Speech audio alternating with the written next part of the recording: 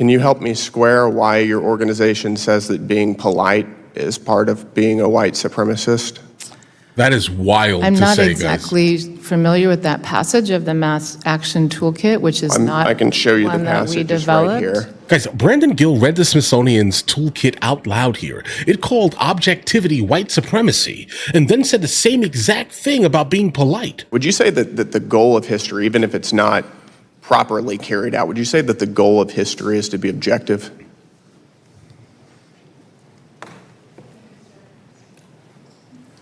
Thank you, sir, for the question. You know, I think that there are many goals of history, and certainly as you collect, as we do, examine evidence, create Is scholarship. objectivity one of the goals of history? We strive to be objective and nonpartisan and not based on any So ideology. it's one of the goals. Doesn't that seem a little bit concerning? It certainly does to me, because as part of this white supremacy document that your organization has promoted, objectivity is a core and defining aspect of white supremacy culture. Do you think that it's the goal of the Smithsonian Institution to promote white supremacy culture? Sir, do you mind sharing with me which document? It's white supremacy culture right here. This is part of the Mass Action Toolkit that your organization has promoted for several years now under your leadership. Are you promoting a white supremacy culture at the Smithsonian? Am I promoting a white?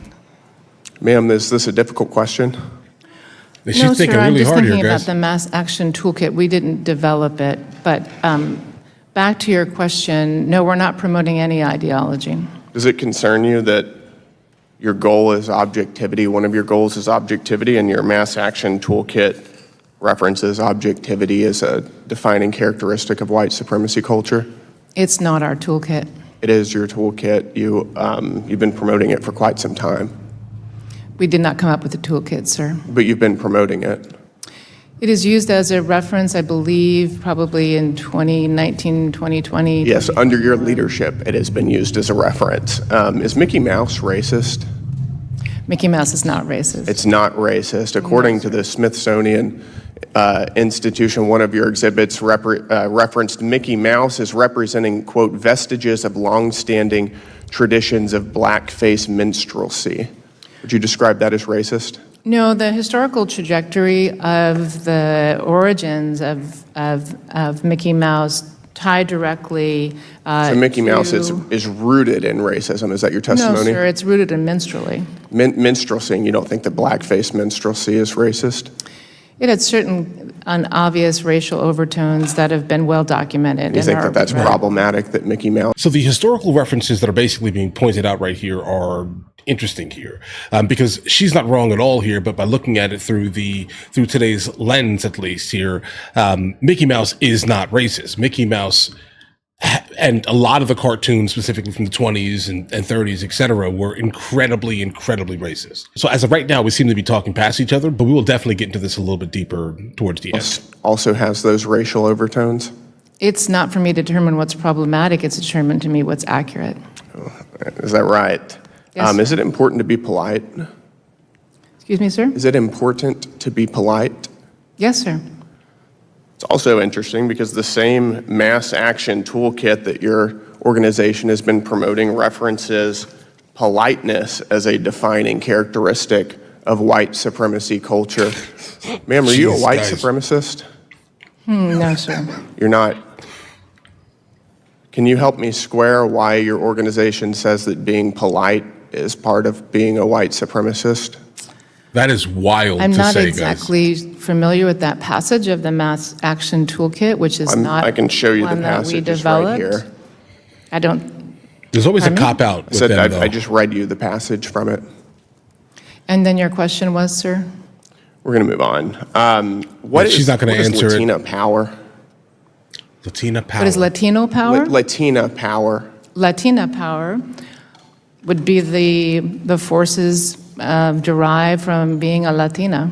Do you think that it's appropriate for the Smithsonian Institution to sell Latina power paraphernalia? Oh, geez, guys. Hats, mugs, other things that say Latina power? I believe that the merchandise our store sells I'm asking you if it's appropriate. tries to reflect the richness of the communities. So your Guys, testimony no. is that it is appropriate?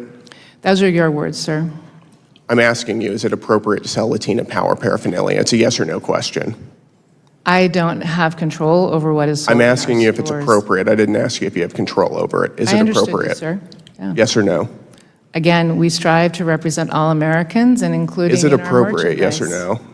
We strive to represent all Americans in our museums, including in our merchandise. This is All right. counterproductive. My time's up. Like, imagine it saying white power, but hold on. From what I'm starting to get from a lot of these hearings, specifically when it comes down to like these government officials that are running things and their name is technically on these things, they're basically on the head office of these things here.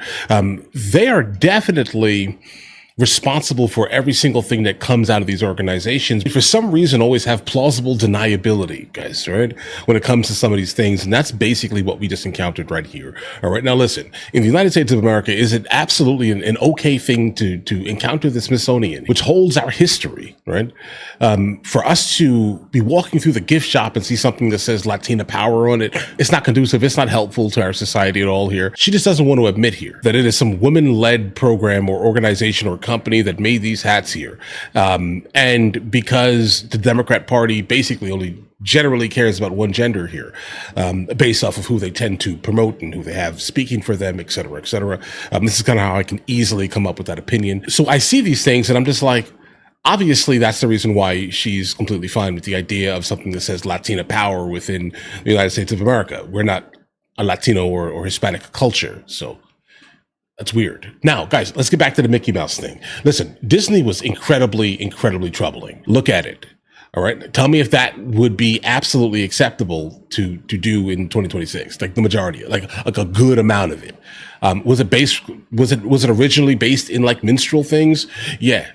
Yeah, that's like, I mean, there's no argument there. The history basically dictates it, right? So there's not really much of an argument there. But you do understand, if we were to legitimately hold every single thing from that 100-year-old standard, okay, we would have nothing. We'd basically have nothing. There'll be a couple of cleaning products that we would not be able to basically utilize any longer here, but we do, right?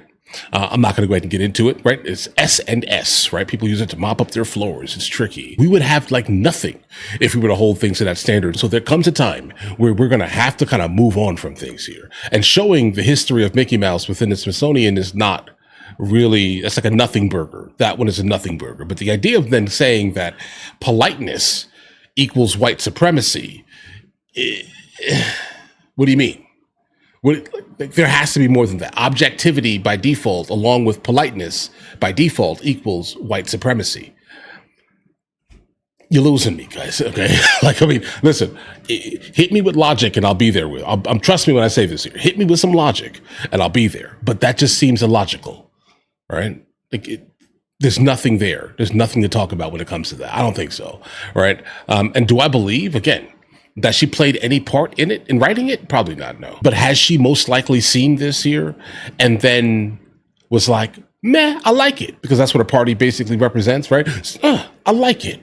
So we're going to go ahead and leave it. And if we ever get called out for it, I never saw this. Someone else, some other think tank did this. That's all they do consistently, right? They see something absolutely reprehensible written by some like crazy alt left, progressive, woke liberal, and they're like, we're going to go ahead and leave that until we get called out for it, right? That's it. That's it. But listen, you guys will have an absolutely amazing day. Enjoy your day thoroughly. If you guys are new here, please like and subscribe. And in the meantime, guys, I'll go ahead and catch you guys later.